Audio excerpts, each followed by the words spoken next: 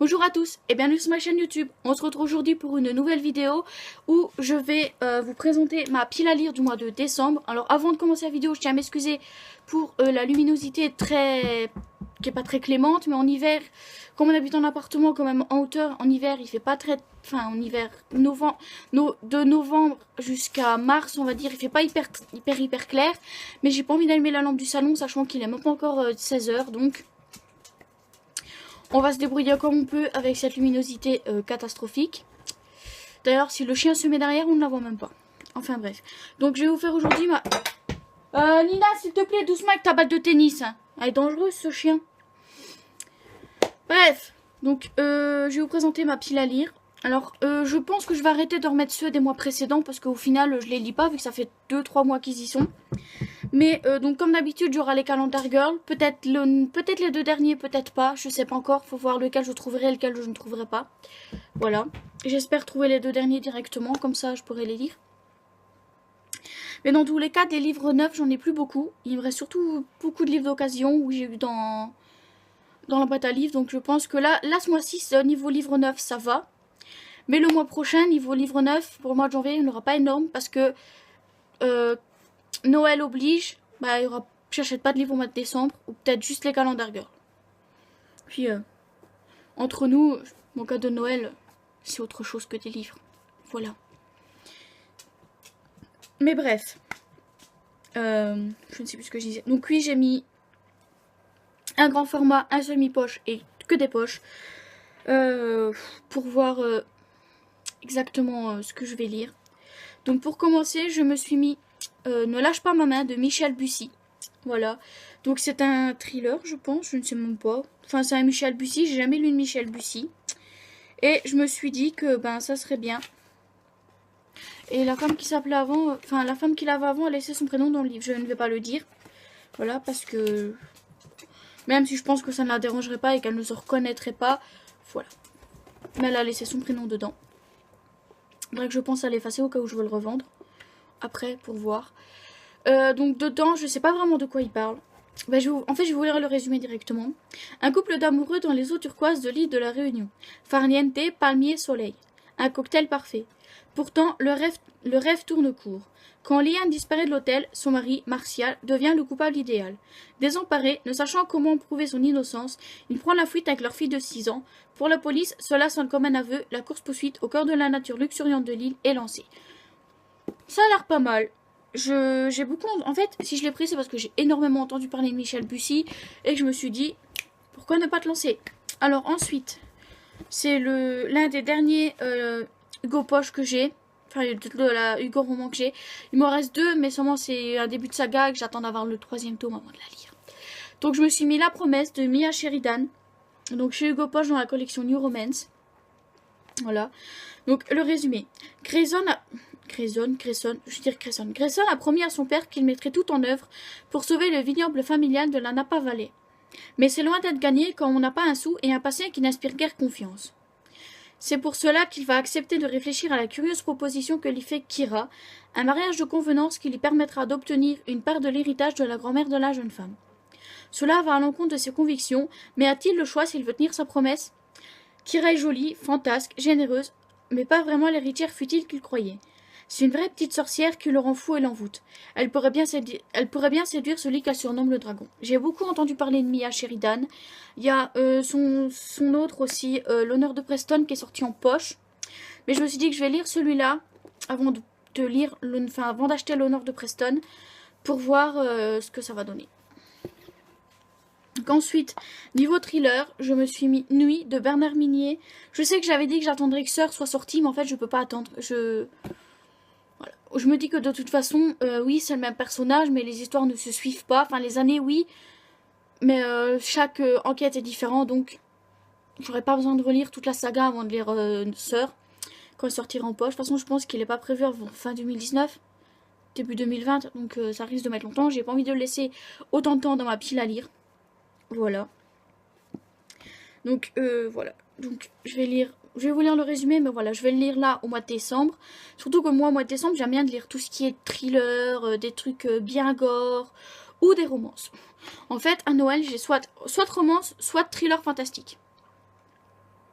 les romances de Noël. C'est pas spécialement des romances de Noël en fait, c'est juste des romances tout simplement. Passons au résumé. Nuit de tempête en mer du Nord. Secoué par des vents violents, l'hélicoptère dépose Kirsten Nygaard sur une plateforme pétrolière. L'inspectrice norvégienne enquête sur le meurtre d'une technicienne de la base offshore. Un homme manqua l'appel. En fouillant sa cabine, Kirsten découvre une série de photos. Quelques jours plus tard, elle est dans le bureau de Martin Servaz. L'absent s'appelle Julian Hirtman, le tueur retors et insaisissable que le policier poursuit depuis des années. Étrangement, sur plusieurs clichés, Martin Servaz apparaît. Kirsten lui tend alors une autre photo, celle d'un enfant, au dos juste un prénom, Gustave. Pour Kirsten et Martin, c'est le début d'un voyage terrifiant avec, au bout de la nuit, le plus redoutable des ennemis. Et en fait, j'ai hâte de le lire, c'est parce que celui-là va être recentré sur Julian Hirtman, comme le premier, et comme j'avais adoré le personnage de Julian. Voilà. Donc ensuite, le deuxième thriller que je me suis mis, c'est 12 ans, 7 mois et 11 jours de Loris Muraille, sorti chez PKJ dans la collection best-seller. Et en fait, j'aime beaucoup Mario de Muraille, etc. Même si les livres en fait que j'ai lus de Mario de Muraille ne m'appartenaient pas, donc je ne les ai plus ici. Mais celui-là, j'ai beaucoup entendu parler, donc je me suis dit, quand je l'ai acheté, je me suis dit, pourquoi pas. Et donc, le résumé. Une cabane perdue dans les bois du Maine. C'est là que Walden est abandonné par son père. À partir de maintenant, le garçon va devoir se débrouiller pour survivre dans les bois, avec pour seule richesse quelques pâtes de conserve, un livre de taureau et une carabine. À la fin de chaque journée, Walden note son âge sur un écorce de rondin. 12 ans, 7 mois et 4 jours, au moment où commence son apprentissage pour le moins étrange. Voilà, j'ai hâte de voir ce que ça donne. Surtout que les thrillers chez PKJ, il n'y en a pas énorme, donc on verra. C'est pas écrit hyper gros en fait. Je sais pas comment vous montrer avec la luminosité là. Ensuite, je me suis mis Love Letter to the Dead de Ava Delera chez Michel Lafon, poche. Voilà. Parce que j'en ai beaucoup entendu parler quand il était sorti en grand format. Et j'ai hâte de le lire en poche, tout simplement. Donc, le résumé. Tout a commencé par une lettre. Une simple rédaction demandée par une prof, écrire à un disparu. Laurel choisit Kurt Cobain parce que sa grande sœur May il l'adorait. Et qu'il est mort jeune, comme May. Si elle ne rend jamais son devoir, le carnet de Laurel se remplit de lettres à Amy Winehouse, Heath Ledger, mais avant d'écrire à la disparue qui lui tient à cœur, Laurel devra faire face à ce qui s'est vraiment passé la nuit où May est décédée. Et j'avoue que ça m'intrigue vraiment, vraiment beaucoup. Mais vraiment. Et en fait, il est recommandé par Emma Watson, en fait. Enfin, il y a Emma Watson qui a dit « Chère Ava, j'ai adoré ton livre, je le recommande à tous. » Et...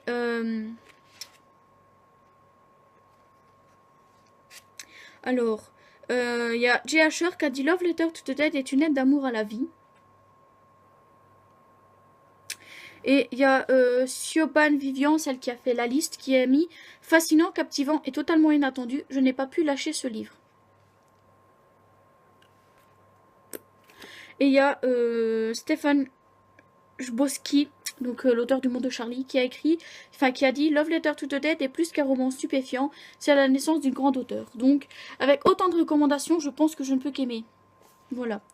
Donc ensuite, le grand format que je me suis mis, c'est Good Girl Love Bad Boys de Alana Scott, donc chez EH Nu Adulte. Voilà.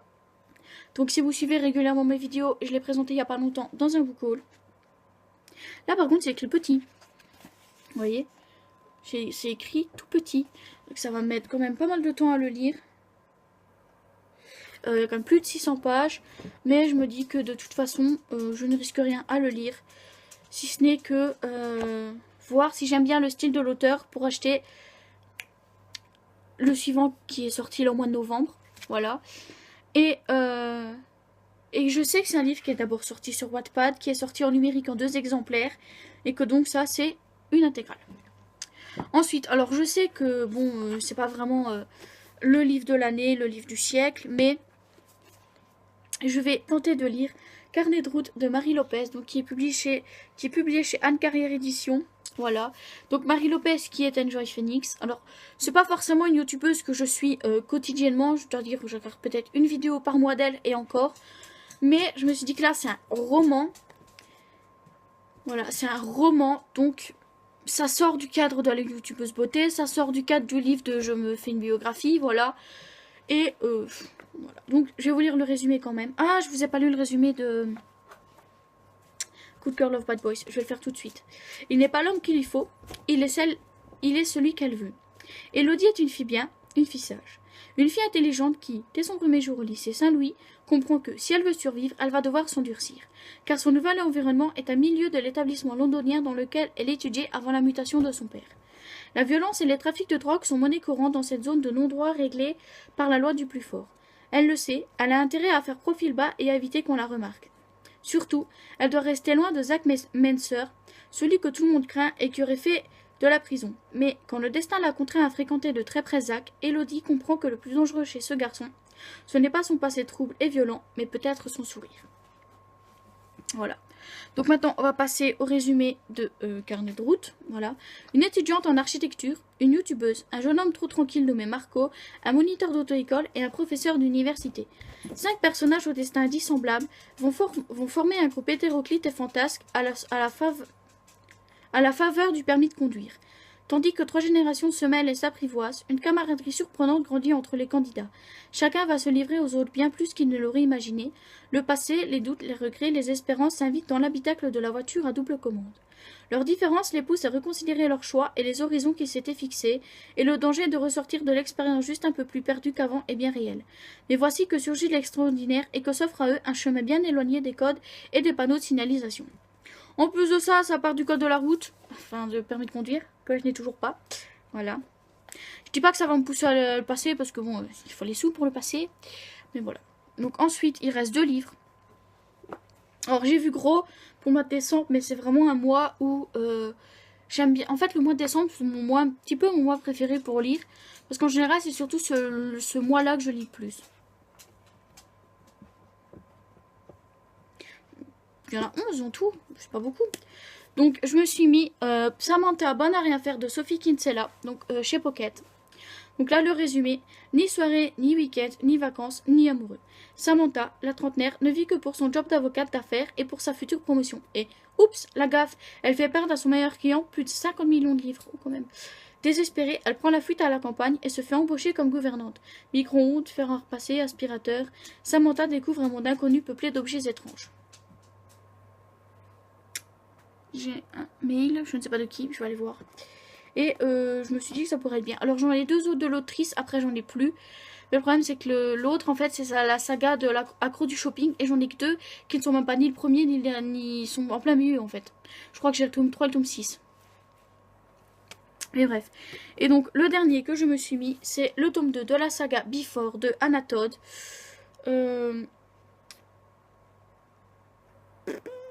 En fait, je peux vous lire le résumé, mais c'est le même que dans le premier Before, en fait. Je vais quand même vous le lire. Hardin tient un journal secret qui lui permet de canaliser sa colère et d'analyser ses sentiments. Il y raconte son histoire, les semaines qui vont changer sa vie et sa passion amoureuse pour Tessa. Mais l'amour est exigeant. Sera-t-il capable de l'aimer? Dans ce journal, nous découvrons ses doutes, son âme et le chemin, parsemé d'embûches et de nouvelles responsabilités, qu'il doit essayer de parcourir s'il veut gagner le paradis avec Tessa. La vie d'Hardin a commencé par un traumatisme qu'un enfant ne devrait jamais vivre. Une jeunesse sans amour, solitaire et violente, a fait de lui un homme déchiré qui ne se permet aucune émotion. Laissera-t-il l'amour de la jeune femme gagner son cœur? Et en fait, en lisant, je me rends compte que non, c'est absolument pas le même résumé que dans le tome 1. Voilà. Mais en fait, j'aimerais bien vraiment terminer l'entièreté de la saga After. Donc les 2 Before, London puis Between. Voilà, donc il me reste juste Between à me procurer et après je pourrais terminer. Voilà.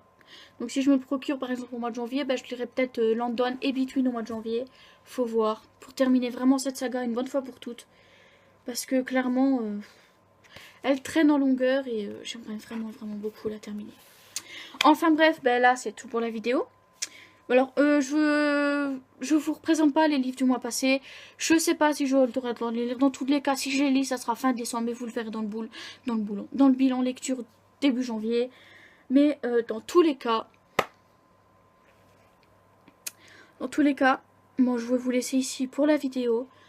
On se retrouve dimanche. Et j'ai mon nez qui me gratte à cause du fond de teint. Super. Donc on se retrouve dimanche pour une prochaine vidéo. Et ce sera un update lecture. Non, les sorties livresques du mois de décembre. Voilà. Donc à dimanche pour une prochaine vidéo. Bye bye.